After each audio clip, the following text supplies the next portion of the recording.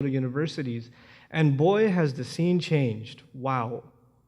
I went to an MSA not too long ago where the president introduced me and then introduced his girlfriend, the vice president of the MSA. So you're going to see things that you haven't heard about here. You're going to see an environment that you're not used to. It's going to be shocking, depressing, overwhelming at times. But you know what? That's what all this training was for. Not so you live the rest of your lives surrounded by righteous people, but actually that you take this righteousness and you share it with others. You're actually taking on the legacy of this beautiful ayah whose translation has been mentioned in this program. The young people of Surah Al-Kahf. Our great prophets, alayhimu salatu wassalam, were not in nurturing environments exactly. They were surrounded by evil and they had to face it. And they had to deal with it. And they had to stand up for Islam in face of it. That is the first thing I want to share with you. All of this training culminates into what kind of people you will be outside of these walls, outside of these institutions, outside of this support. This is what your real training is going to be. The test of your training, the test of your education. Alhamdulillah, some of you have memorized, if not the entire Quran, a significant portion of it. You know a wealth of hadith. You are familiar with the life of the Prophet ﷺ and lives of other messengers ﷺ. You are equipped with more than enough to lead a good life, to lead an ethical, moral, guided life. But that does not mean that you will make the right choice. I make dua that Allah gives you the strength of character based on this tarbiyah that you've had to be able to make those right choices. Now moving forward. Islamic education by many parents is seen as an avenue by which they will save their children. Many parents bring their kids to Islamic school because they're afraid that if we don't, our kids are going to get corrupted in public school. So in other words, Islamic education for a lot of people is seen as a defense mechanism, a way to save, protect, right? So that they are not attacked and swept away by the tide of kufr and the tide of fitna. Others, very few, see Islamic education as a means by which we are producing leaders for the next generation, du'at for the next generation, role models for the next generation. And even if your parents had both of those concerns, or maybe they were even originally more concerned about saving you, Allah's plan was not just merely left to saving you. Allah put you through this Islamic education because He has plans for you. The financial means and the opportunity and the circumstances that were created by Allah so you could go to an Islamic environment for more than a decade of your lives is not something random. It didn't just happen. There's a reason your dad had a job here. There's a reason he was able to start his business here. There's a reason they were able to afford the school here. There's a reason the school was located in a place you were able to go to. There's a reason for all of these things. And the reason for that is Allah wants service of His deen from you. You're responsible more than anybody else. Today as you graduate here and you leave the shelter of this institution, you are now responsible carriers of this deen. And even though the theme of da'wah was mentioned a couple of times already, there are other responsibilities. And so in the few minutes I have left with you, I just want to share with you some possible avenues that I'd like you to think about, inshallah.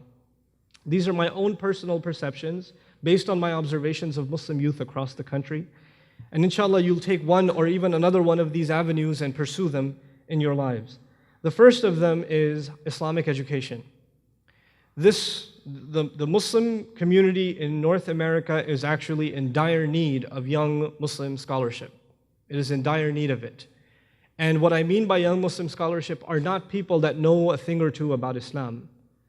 We're talking about scholarship. We're talking about leaving a legacy. Like, you know how in Islamic history, Baghdad had its reputation? You know, Kufa had its reputation. Medina has its reputation. In contemporary times, there are several major Islamic institutions of learning. They have a reputation. Well, we're going to have to build those institutions. And they cannot be built until we have the highest level of scholarship. If you're going to study Islam, if that is part of your aspirations, and I don't know, but if you're considering studying Islam full-time, don't go anywhere and come back without a PhD. Don't come back with a bachelor's or a master's. It's not enough. We don't need that here. We need the highest level of scholarship. We don't just need mediocre Islamic education. That is actually problematic when people have a mediocre education and assume responsibilities of leadership. So if you're going to study Sharia, be an authority. Be in the company of the top scholars of Sharia in the world. Travel the world and study, but study at the highest possible levels. If you're going to study hadith, be a muhaddith of your times.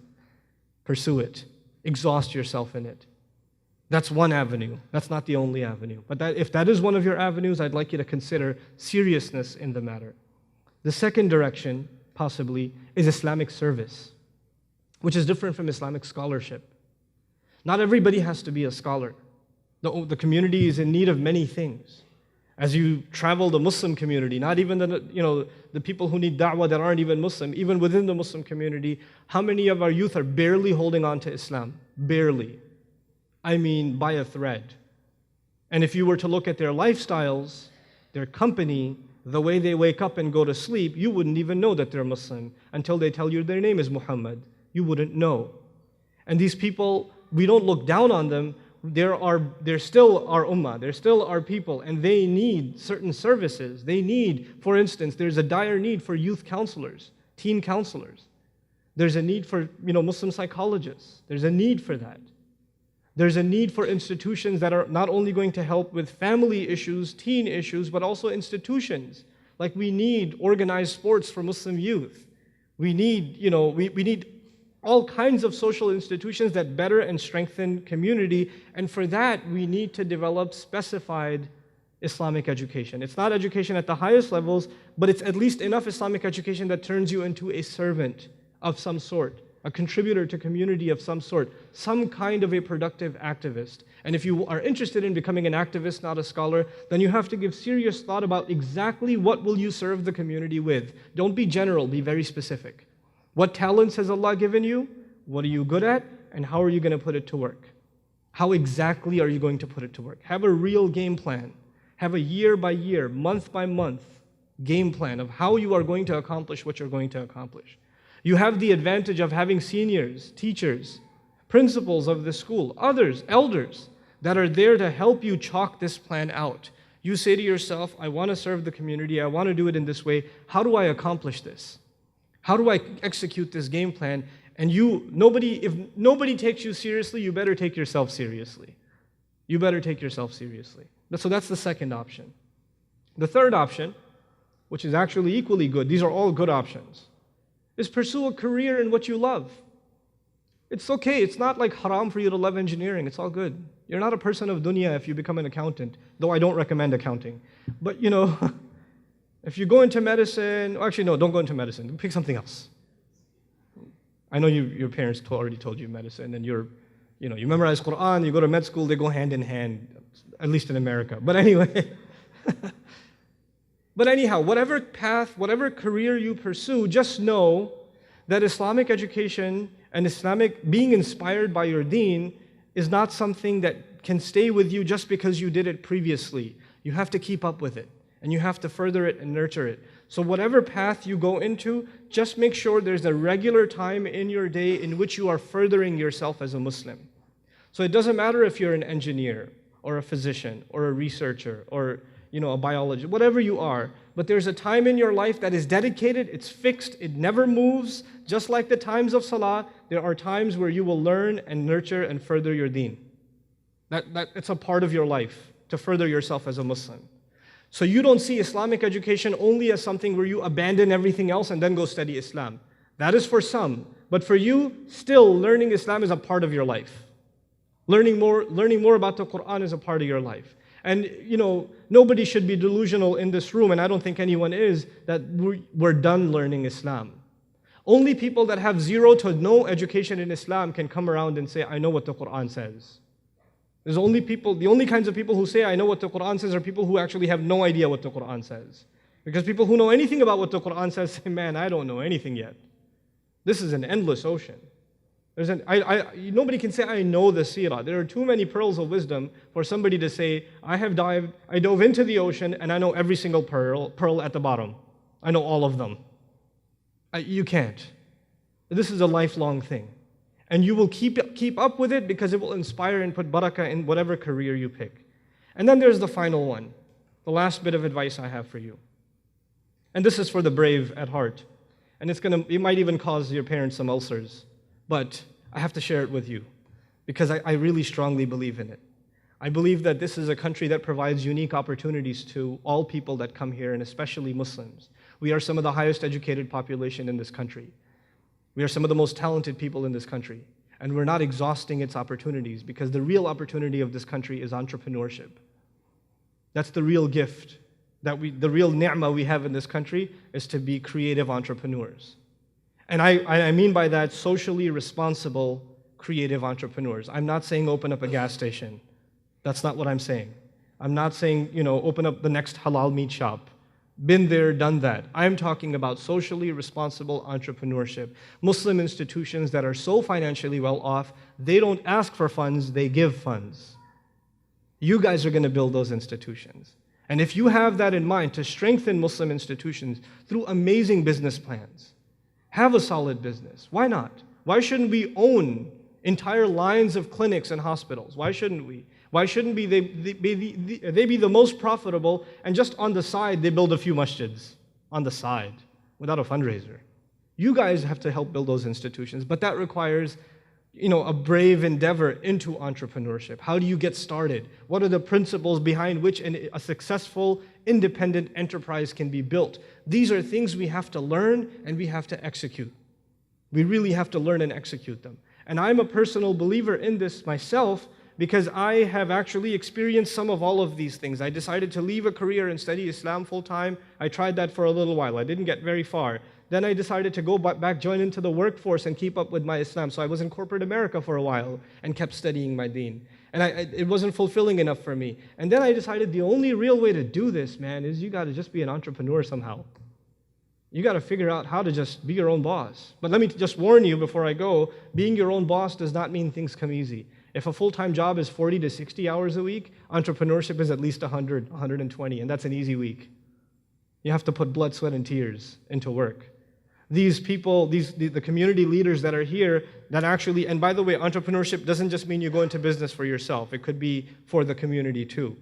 So the people that are sitting in front of us that are the pioneers of this community are in some sense entrepreneurs as well. And they put 100, 200 hours a week sometimes into just getting this institution off the ground. It didn't exist and it had to. Something had to happen, right? They didn't just come and get a job. So I challenge you to think, even if you graduate out of school and get a job, I challenge you to think like, I don't want just want to have a job. I don't want to be an employee. I want to be an employer. That's what I want to be. Because that's where I can really make an impact on furthering Muslim institutions and Islam in a significant way. So I want you to think big. The poet says in Arabic, إِذَا تَمَنَّيْتَ فَاسْتَكْثِرْ. If you wish, if you're going to have aspirations, then aspire for a lot. Aim high, and aim high. Aim very, very high.